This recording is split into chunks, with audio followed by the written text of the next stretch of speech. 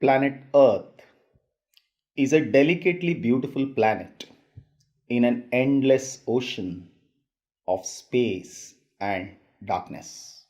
The Earth is our home, and we all share the same home as one family.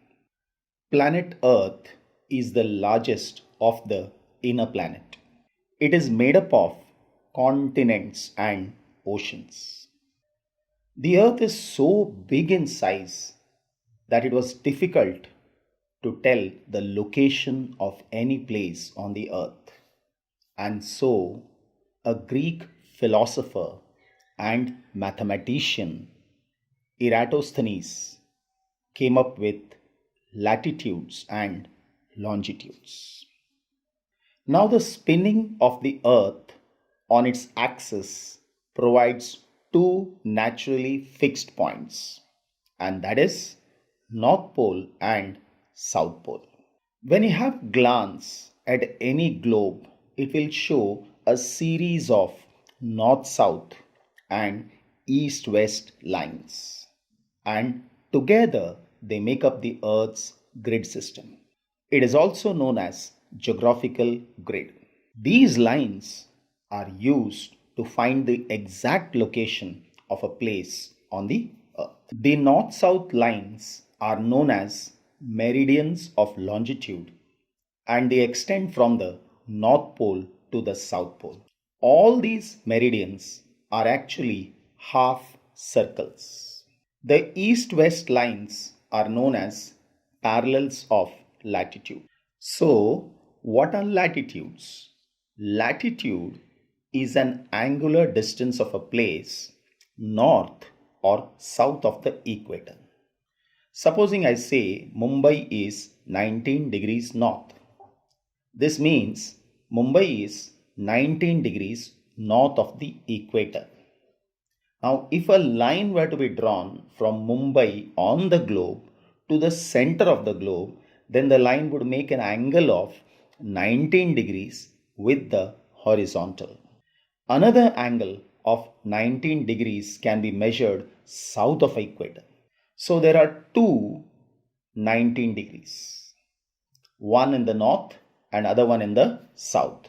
So it must be clearly mentioned when I say 19 degrees, Mumbai is at 19 degrees north. The line of latitude is then drawn through Mumbai parallel to the equator. This parallel of latitude is 19 degree north latitude. Any place or point on this parallel of latitude would form an angle of 19 degree at the center. Every parallel of latitude is a circle.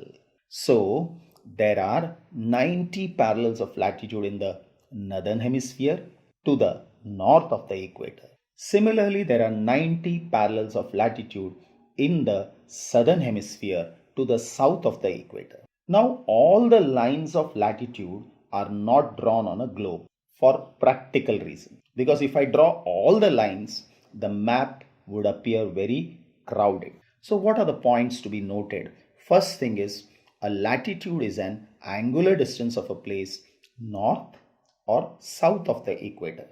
There are 180 parallels of latitude. Each parallel of latitude is a circle.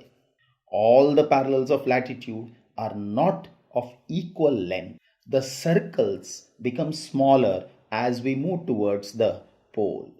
The equator, that is at 0 degrees, is the most important latitude and the largest circle that can be drawn on the globe. It divides the earth into northern hemisphere and southern hemisphere. Now, the distance between any two parallels of latitude is always 111 kilometers. The North Pole and the South Pole are fixed points and serve as basic points of reference. Now, what is the importance of latitudes? Latitudes are related to the temperature on the surface of the earth. Planet Earth is spherical in shape. So different part of the earth receives different amount of sunlight.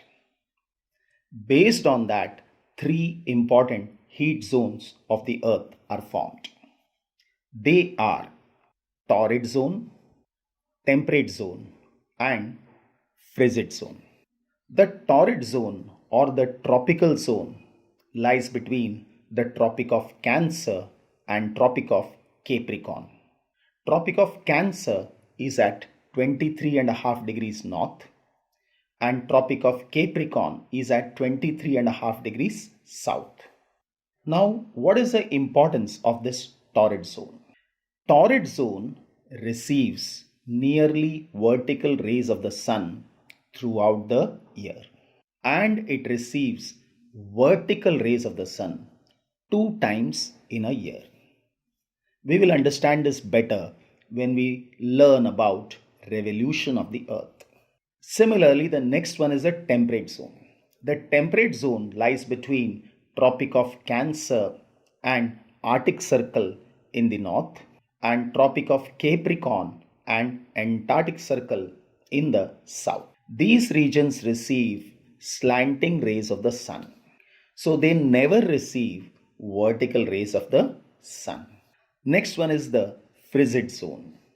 Frigid zone in the northern hemisphere lies beyond the Arctic Circle, and in the southern hemisphere it lies beyond the Antarctic Circle. The rays of the sun in these regions are slanting, so it is very cold throughout the year. Now, in the tropical regions, summers are very hot and winters are mild. Similarly, in the temperate regions, like in India, Delhi lies in the temperate region. So, in the temperate regions, summer as well as winter both are extreme. And in the frigid zone, throughout the year, it is very cold. After latitudes, we learn about longitudes. Just as the latitudes divide the earth into heat zones, longitudes divide the earth into time zones. Now, what is a longitude? Longitude is the angular distance of a place east or west of the prime meridian. Now, what is prime meridian? Prime meridian is again a longitude that passes through Greenwich near London. All other lines running from the North Pole to the South Pole are called meridians of longitude. Now, these are semicircular lines, and two opposite longitudes together will form one big circle. Totally, there are 360 meridians of longitude. All meridians are of equal length, and the distance between any two meridians is not equal. Actually, they get closer from the equator to the poles. There is a relationship between longitude and time. Now, as the earth rotates, every place has its sunrise, sunset, and noon. Now, the earth completes one rotation in approximately 24 hours. That means the earth rotates 360 degrees in 24 hours. Or I can say the earth travels an angular distance of 360 degrees in 24 hours.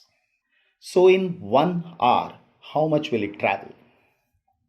It is 360 divided by 24. The answer is 15. That means the earth rotates 15 degrees in 1 hour. Now, if I take India, the longitudinal extent of India is approximately 30 degree longitudes. So, supposing I take the easternmost end of India in Arunachal Pradesh. Say there is a sunrise and I say the time is 6 o'clock based on the sunrise. After 2 hours, On the other end, that is on the western end of India, people will see sunrise because the longitudinal extent of India is 30 degrees.